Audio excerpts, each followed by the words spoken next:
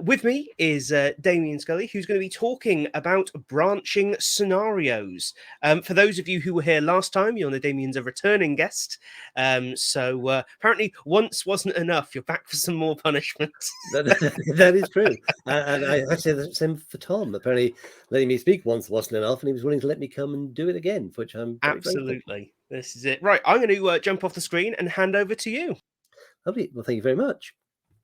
And it is great to have this opportunity to talk about something I'm very passionate about. And really, as ever, thanks to Tom for being good and putting this whole thing on, because otherwise, we'd all be wondering, sitting around looking at the screen thinking, well, there's nothing really happening here.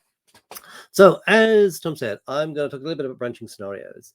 And the idea of, so you want to build one. And it's really, I should say, this session is, I guess, aimed at the branching scenario curious. So if you're already a veteran, I'm not sure there'll be a lot new in it for you, but it's something you've considered, maybe kind of dabbled with in the past, I've not really got into. Then I hope this session will be very useful as a kind of introduction, as a way to start thinking about it and looking at some of the kind of easy to use tools that can be very helpful if you're going to kind of get into that area. I guess a good place to start as any is to say, well, okay, what are we talking about? What is the branching scenario? And I guess I'm going to say what I think it is. Other people may have different views, but for me, it's really just anything where the user, or in our case, the learner, has to make a choice as they go along. And when they do this or they do that, what happens next will be different depending on the choice they made. So there'll be some progression and there's some splitting. How complex that is really up for debate. The history of these things, I guess, the where it comes from, they really started, I guess, in what we call the kind of choose your own adventure books, which appeared in the kind of late 70s, early 80s. So 1980 was a big year for them, apparently. There's something which somehow is 42 years ago, and they're still going strong. And so as a online, there's lots of choose your own adventure stories. Obviously works very well in the online medium, and it's a bit similar to what we do. In fact, one of the tools we look at later on, that's really what it's designed for. But it's a very popular genre, still popular as books. The official Midsummer Murders book was a big seller, big seller this Christmas, and is exactly that. You start at section, I guess, 76 rather randomly, and you read that and it says, go to do this and go to this section, do this, go to a different section. And you can't read it linearly. You can't sit and read page one and read the book through. It makes no sense. You have to follow it through. So it's very clearer. Then over time, I guess from that kind of 1980s kind of growth, as personal computers started to become commonplace, choose your own adventure stories started to migrate into choose your own adventure games. They're a lot inspired by Dungeons and Dragons and those kind of swords and sorcery things, but they became a kind of staple and started the evolution of this kind of marketplace and this idea. So, but as learning tools, and where we are interested in learning and development, how long have they been around? Where did they come from? Can't really pin that down, I have to say, in terms of where they started. I guess somewhere in that journey, as computers became more available, the choose your own adventure games became more widely known, they started to evolve. Now, this is a picture from possibly the best known example of a branching scenario. And it's a piece called Connect with Haji Kamal, and it dates from 2010, and it was developed by Kathy Moore for the US Army. Very big piece, beautifully constructed piece. So that was 12 years ago, which is either an instant or a career ago, depending quite how old you are. So around for at least 12 years, probably longer. Kathy was really building on some work that had gone before. So they're pretty established, been around for some time. So now we've got a kind of sense of what they are and the fact they've been around. Maybe we should look at, well, why would you want to use a branching scenario in your piece of training, on your learning development work? Where might it fit in? What is it good for is really what I think I want to explore. And I guess for me, we should use a branching scenario for exactly the same reason we might use any other tool. Does it help us to achieve our goals? Does it fit in with what we're trying to do and where we're trying to get to? Now, the work I do is a bit of a mix, if I'm honest. There's some stuff where there's a definite right and a definite wrong. So it might be capturing data in a system, transferring a phone call, replacing a faulty component in a device. Now, you replace the component the right way, it works. If you do it wrong, well, there's a small fire. and there's no two ways about it. Now, on the other hand, there's a lot of stuff where there is room for interpretation, where there's often an absolutely wrong, but frequently no definitively right, which, let's be honest, is like a lot of life. Now, in those situations, we are perhaps not trying to train people exactly what to do. We are trying to equip them to make better decisions in those complex kind of 40 shades of right and wrong situations where, things come along, situations change. We're trying to give them the understanding and the knowledge and decision making, and branching scenarios provide a great opportunity to practice decision making and play out the possible implications of those decisions. So if good decision making is a factor in the performance outcomes you're looking for, then branching scenarios are definitely worth considering. Now, what kind of decisions you get people to make will vary depending on your learning goals. So this is an example from Connect with Haji Kamal, and it's pretty much the first decision that has to be made in the activity. And the question is, do you want to drink chai with this village elder or not? And the setup for this is that Connect with Haji Kamal was a piece of cultural training. So while the chai thing might seem trivial, in a cultural terms, it's quite an important decision to make about, do you accept the drink? Do you not want the drink? How are you going to do it?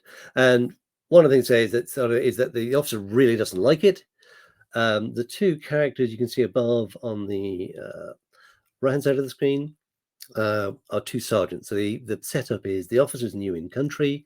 The sergeants are veterans who've done a number of tours in the country. At most points, they will offer advice. None of it's bad advice, but it's often conflicting advice because there isn't a definitive right or wrong thing to do. The officer then makes a choice, and the scenario evolves over time. Now, sadly, I can't actually show you Connect with Haji Kamal in action. It's a kind of interesting example of how advances in technology means that we sometimes lose things. So this complex thing of beauty that was built 12 years ago, and I did manage to see it running once, was actually built in Flash. So it doesn't work anymore, certainly not on the internet, so we can't look at it. So it's become, sadly, something of a historical artifact, but it really is a mainstay and a kind of beacon of what good branch scenario work can look like with a lot of resources. I mean, that was the US military we're talking here, so I'm sure some money was spent, and what we're going to talk about is rather simpler approaches.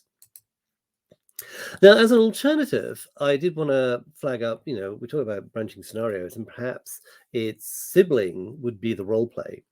And what are role plays and where do they fit together?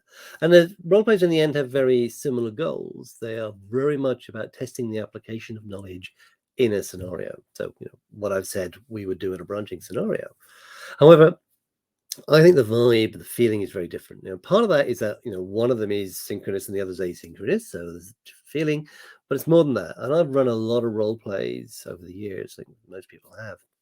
Role plays, skills practiced, variety of names I've tried to give them and ways I've tried to position them. Always said things like, this is a safe space to fail. This is an opportunity to get things wrong at no cost. These aren't real customers.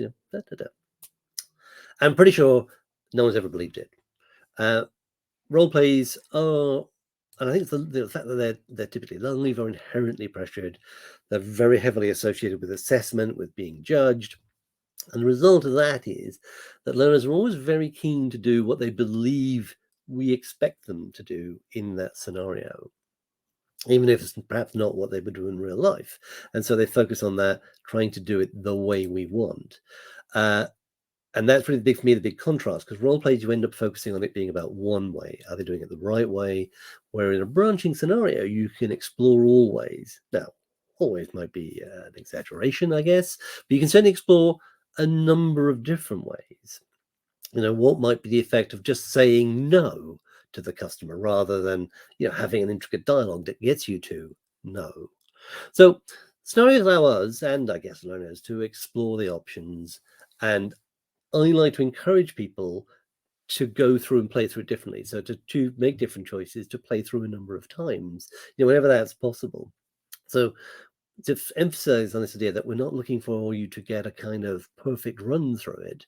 We're actually looking for you to explore the impacts of possible choices as the way things as you go through it and as you go along.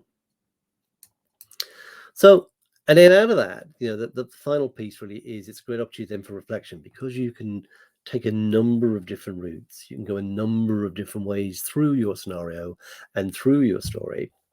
You can then, reflection is really key to looking at, well, okay, what did I do? How did I feel about those choices, about that feedback I got, about the way it happened, both on an individual and in a group setting on a group level. Now, that's far from unique to branching scenarios, obviously. Most learning activities, a lot of the learning happens in the debrief and in the reflection that happens afterward, where the lessons are drawn out.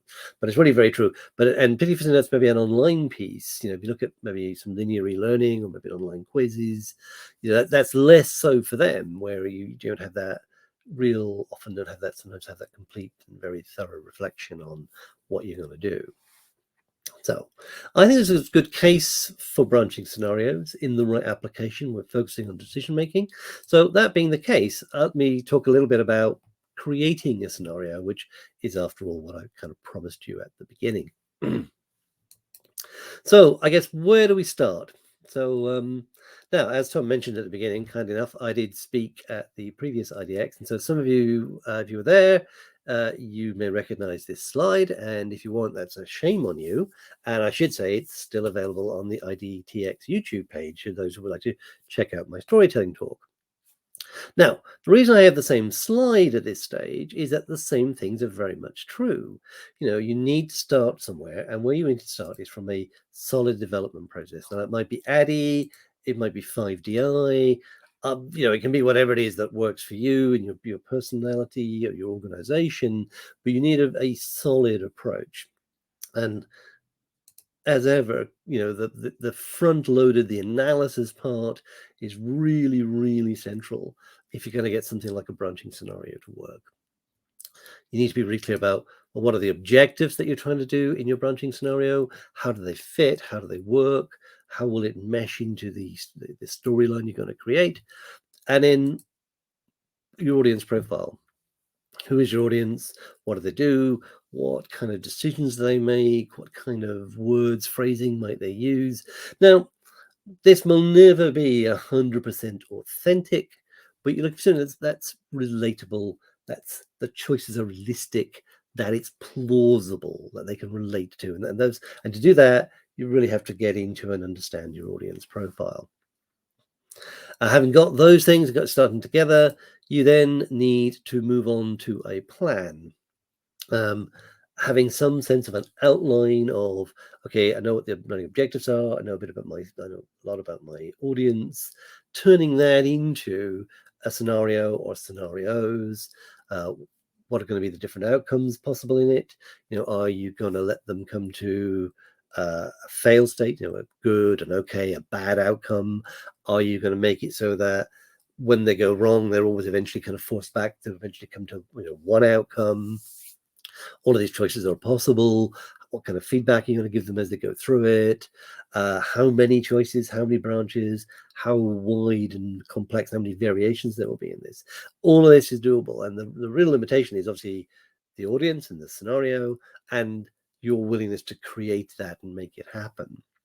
But the plan is really crucial, because without a plan, and I speak from some experience here, it's very easy to start out in the kind of tool thing and lose sight of particularly the objectives, and start to go, oh, look, this better technology, look what I can do, and end up with something that's interesting but doesn't necessarily meet your objectives.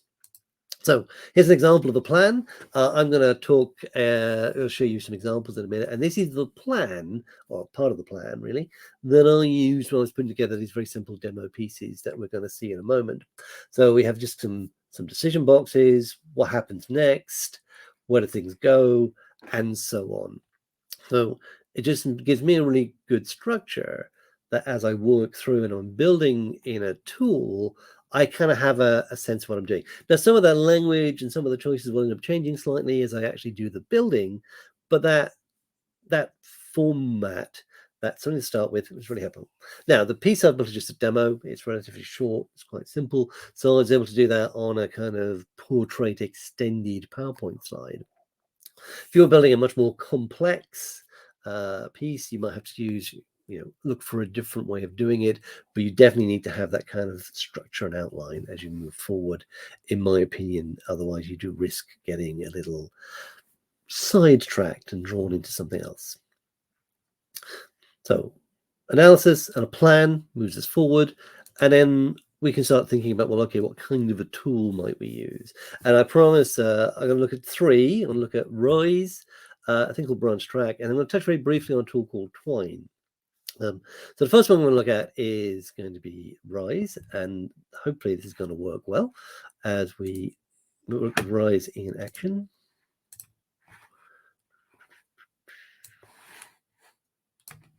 Now, hopefully, here we go. That looks like the right thing. So Rise, as those of you who are familiar with it will know, is part of the Articulate family, very much in that kind of vibe, and it offers a number of different choices for rapid e-learning development. And I think I've said on Nicole's conversation session yesterday, it's a sometimes underestimated tool actually in terms of what it can do, the kind of visuals and look and style you can get from it. And if I'm to be honest, when I started first looking at branching scenarios within Rise, I thought, wow, this is probably, it's a bit of a freebie. It's probably not going to be that good. It's really not going to do that much.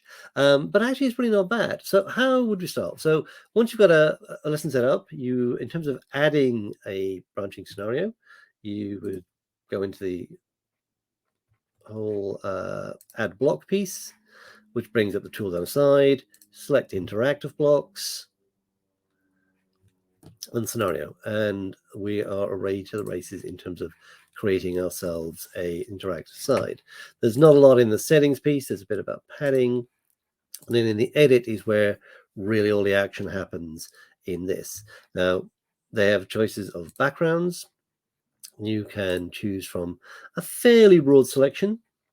I seem to draw from 1 or 2 of the free background libraries that you can use. So we'll just randomly pick one.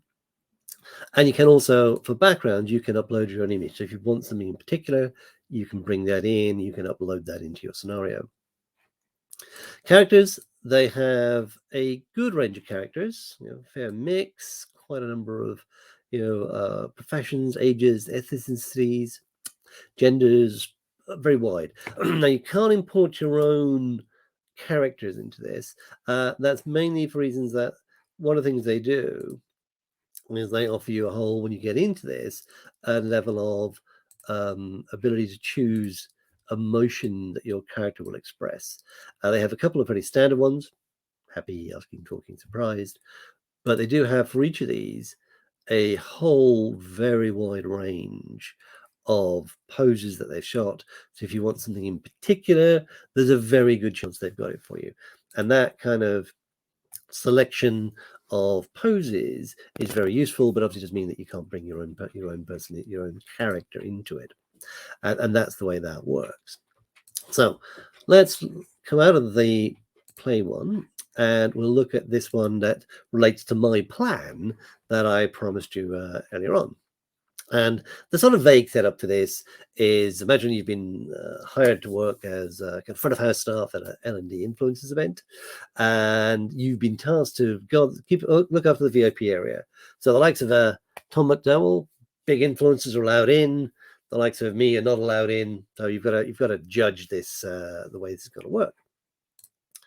And this is what it looks like when it plays through. So this is how someone's come along. What's going on here? We have some choices. We pick an option. That takes us around back as it says. And so on. So that's what it looks like as a kind of in-play piece. And we can go through that, the different choices. The crucial thing, and this is what it looks like. Sorry, I've come out of that. It's the edit button. And this is what those choices look like when set up into this piece. Now, it's basically constructed of a set of scenes. In a scene, you cannot change the background, you cannot change the character. You can hide the character, but you can't go to a different background.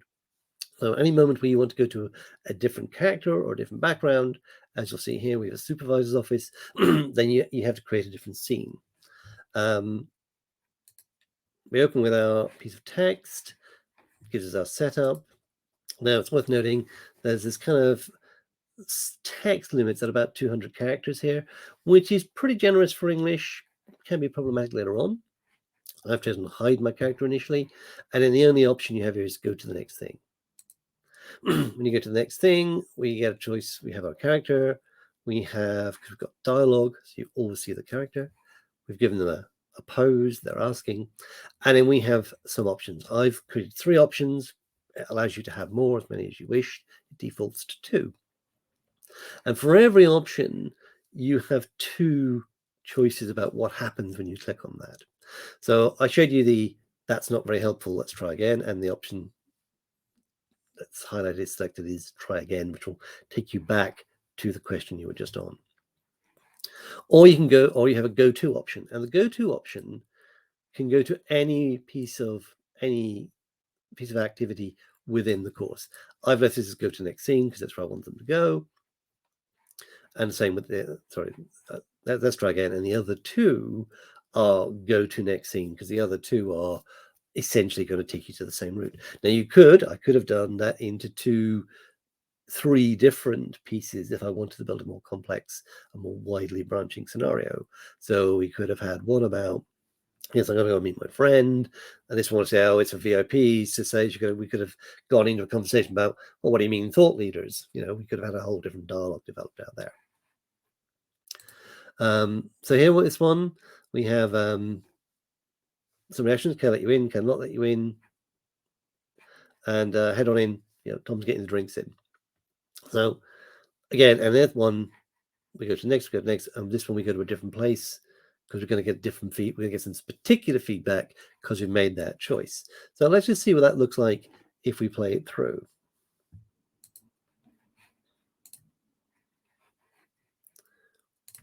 We play for free drinks.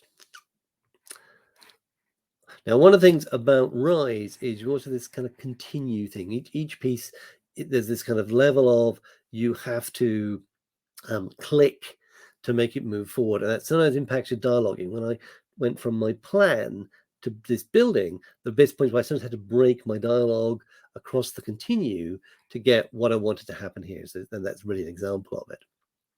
So let me see my friend. We got some options. No, maybe, and I'm going to go for, oh yeah, sure.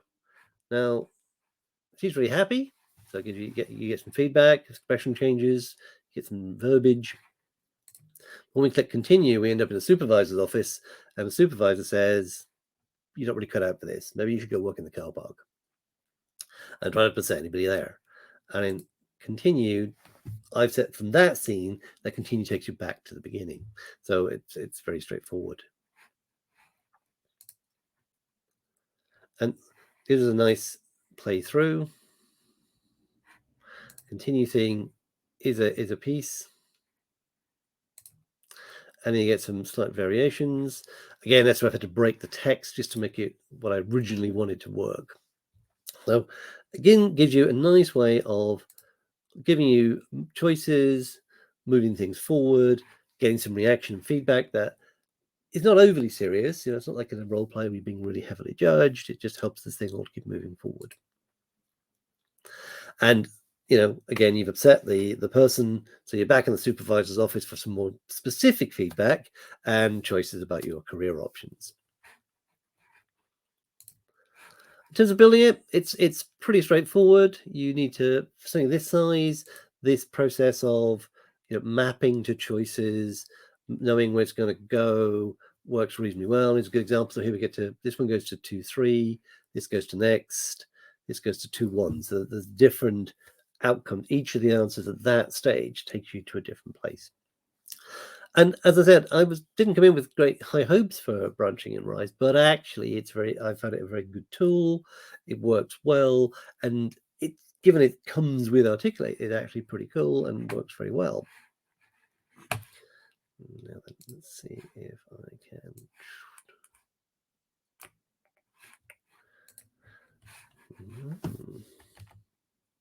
In terms of I guess a bit of a summary in terms of Rise as a tool. I guess it's very easy to build in, I would say. That kind of go to or try again structure makes it very easy to quite quickly build things out. Great background options in terms of being able to, there's a big library and being able to use your own. And the character options with mood and that kind of built-in feedback process works very well. It's easy to publish. Rise is very good at that in a whole range of ways. And one thing that's been quite important for the work I've done is it supports translation. You can export all the text. Imported your translated text back in, makes life pretty easy. And I guess as a market leader, it's pretty ubiquitous. A lot of people will have it and may never have actually used it. In terms of cons, there's things to be wary of, I guess, is that whole text limit and translation thing kind of can come back to bite you. 150, 60 characters in English can easily run over 200 characters when you go into German. So that can be a bit of a problem.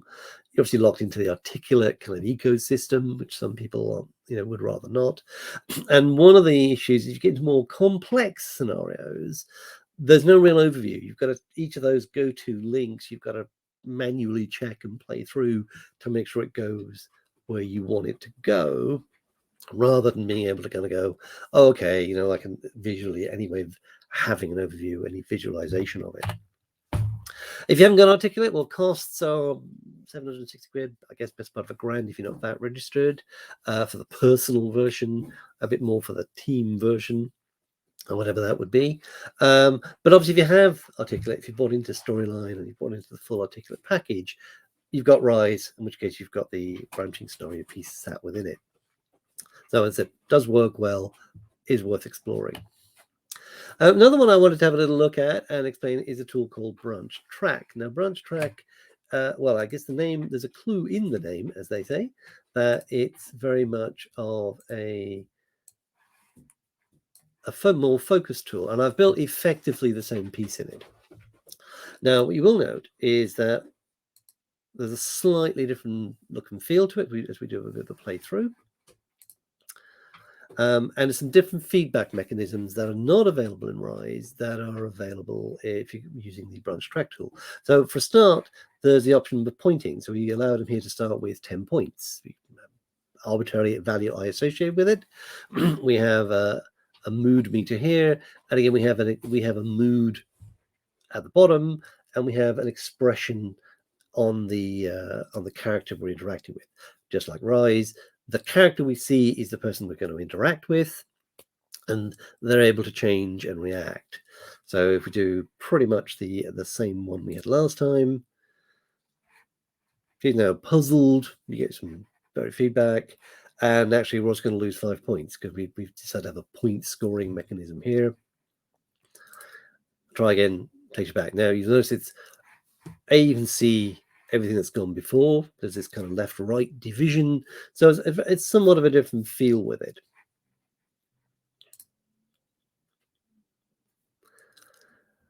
Slightly differently, if we wanted to, when we did this on Rise, when we did the sure head on in, Tom's getting the beers in, and went to the supervisor.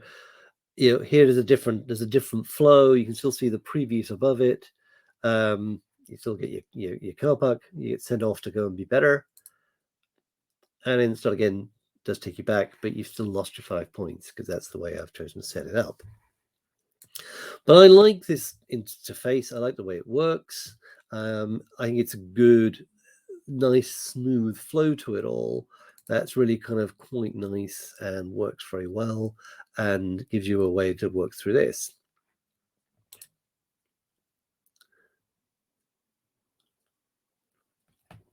So, do some chatting. Oops, and we're back at the supervisor again. So that's what the played through version of this looks like. But what does it look like in terms of, being able to see it, the behind the scenes version of it, as we looked at with Rise?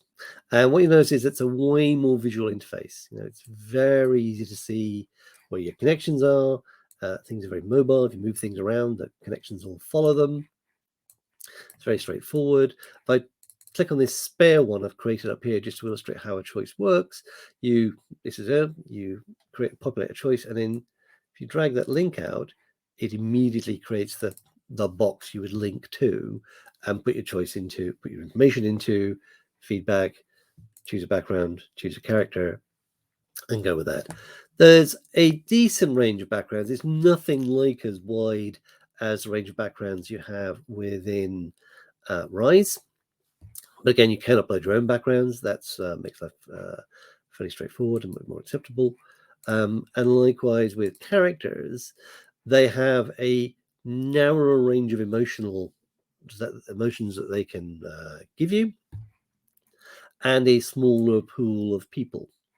But they will allow you to upload a character, because while that character then won't change facially, because they have the mood meter that you can have underneath the image. So even though the expression of the photo won't change, if you uploaded one of your own, you're able to kind of still give them that emotional feedback in terms of how the customer is reacting, how the other person is reacting to what you're giving them. So I like Brunch Track a lot as a tool for this kind of work. It's got a lot going for it, and I like particularly this being able to see how and where everything connects. I think that makes it, for me, and maybe because it's just the way I think, I like that kind of visualization that you can see the whole way the things loop through, and it's very easy to click in and make little edits, make changes. There's obviously something here there's an option here that leads to nowhere that I need to go and fix, and the same here. So there's some things I would need to go back and look at. So it's quite good like that as well, in terms of giving you some warning. You've got some options. You can color code these so that they're easier for you to see. Okay, so those are the feedbacky ones. These gold ones are the win state, or the completion state ones, where you're on your way out of the piece. There are lots of choices. It's a very flexible tool. I think has a lot to recommend it. You just put that back over there. In terms of kind of pros of it, well, I like that visualness of it, that great visual interface. It will support translation. You can basically export all your text as XLS file. And there are, practically speaking, there are no character or word limits. You can put as much in as you want. Well, I wouldn't recommend you to write War and Peace in one. It does at least mean if you've written something, when you translate it, you don't have that nervousness about, oh, actually, it's gone over 200 characters and suddenly half the German text is missing. In terms of, excuse me, I guess some downsides, cons for Brunch Track. Well, it's quite neat. I mean, it does one thing very well. The free version is pretty limited. Basically, it allows you to have one piece that you're in play with. That's all you can have. And for me, the paid version is relatively expensive at $1,000 a year, which does allow you to have 10 scenarios in that you're working on at the same time. They also have a corporate version, which allows you 50 scenarios for $4,000 a year. And that's really, for me, is a bit of a sticking point. I prefer it to the Rise tool, but $1,000 a year is expensive in my mind. So those are the kind of trade-offs that I think sometimes we have to consider. But it does, in terms of, I guess it does what it says in the tin. It builds Brunch Track things really very well and does it very nicely.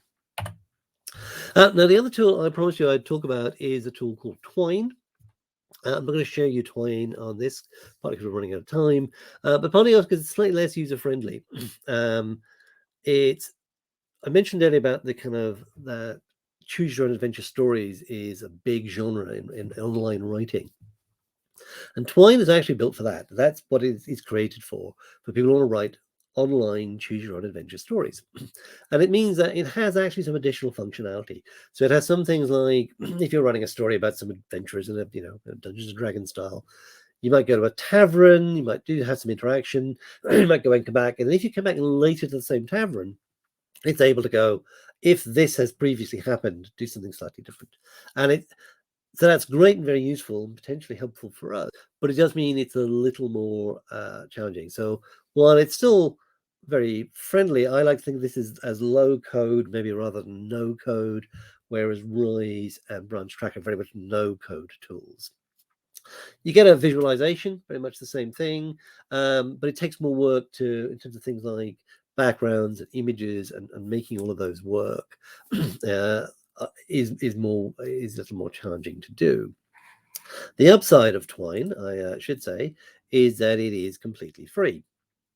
So it's an open source piece of work, and the getting over it, like once you get used to it and get it to work, I suppose it is actually a very powerful tool.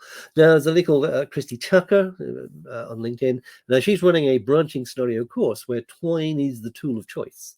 That's what they're going to learn with, they're going to work in. And I guess one of the attractions is it's free. So for everyone taking a course, they can just use Twine. And Tucker's a great person to follow if you're interested in the wonderful world of branching scenarios.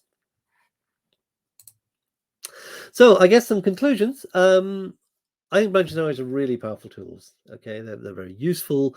They have to be in the right, like anything, you have to use them in the right place. But if you want to get people to practice decision making, to consider the impacts of the different kinds of decisions they might make, different kind of decisions, how might influence the customer and the customer journey or the customer experience or employee journey or employee experience. Because really, this could be customer facing staff, could be middle management, could be senior management, all of these things, but keeping quite a light tone. It's not like a role play. And you notice in the feedback I had in scenarios I had, I've tried to keep it quite light, with a little bit of levity, so that somebody playing through it might be quite interested to see what was the negative feedback choices, so they explore some of those options.